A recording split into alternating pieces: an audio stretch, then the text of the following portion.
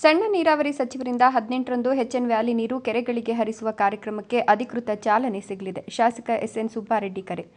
ಭಾಗ್ಯನಗರ.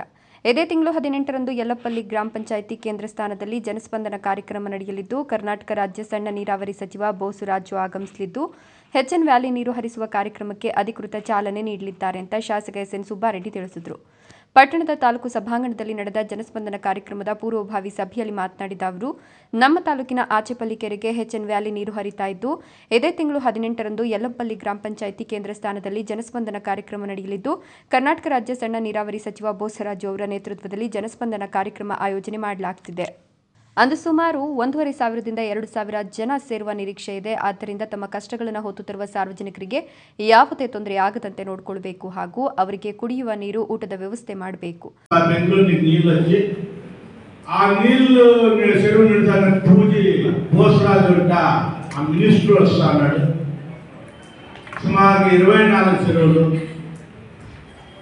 ప్రతి ఊరి నుంచి జనం రావాలంటే అది వాళ్ళు తెలుసుకోవాలి జిల్లీలు ఎట్లున్నాయి ఏమున్నాయి.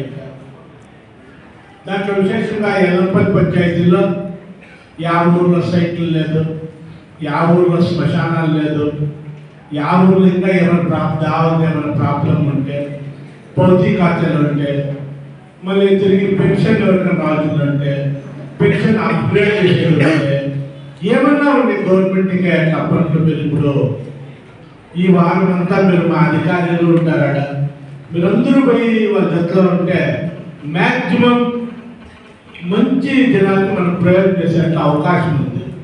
ಮುಖ್ಯವಾಗಿ ಕಾಂಗ್ರೆಸ್ ಸರ್ಕಾರದ ಎಚ್ಎನ್ ಯೋಜನೆಯು ಬಾಗೇಪಲ್ಲಿ ತಾಲೂಕಿನ ಸುಮಾರು 20 ಕೆರೆಗಳಿಗೆ ನೀರು ಹರಿಸುವ ಕಾಮಗಾರಿ ಈಗಾಗಲೇ ಪ್ರಗತಿಯಲ್ಲಿದ್ದು, ತಾಲೂಕಿನ ಆಚೆಪಲ್ಲಿ ಕೆರೆಗೆ ಎಚ್ಎನ್ ವ್ಯಾಲಿ ನೀರು ಹರಿತಾ ಇದ್ದು, ಇದೇ ತಿಂಗಳು 18ರಂದು ಯಲ್ಲಪಲ್ಲಿ ಗ್ರಾಮ ಪಂಚಾಯಿತಿ ಕೇಂದ್ರ ಸ್ಥಾನದಲ್ಲಿ ಜನಸ್ಪಂದನ ಕಾರ್ಯಕ್ರಮ ನಡೆಯಲಿದ್ದು, ಕರ್ನಾಟಕ ರಾಜ್ಯ ಸಣ್ಣ ನೀರಾವರಿ ಸಚಿವ ಬೋಸರಾಜು ಆಗಮಿಸಲಿದ್ದು, ಎಚ್ಎನ್ ವ್ಯಾಲಿ ನೀರು ಹರಿಸುವ ಕಾರ್ಯಕ್ರಮಕ್ಕೆ ಅಧಿಕೃತ ಚಾಲನೆ ನೀಡಲಿದ್ದಾರೆ ಅಂತ ಶಾಸಕ ಎಸ್ಎನ್ ಸುಬ್ಬಾರೆಡ್ಡಿ ತಿಳಿಸಿದರು.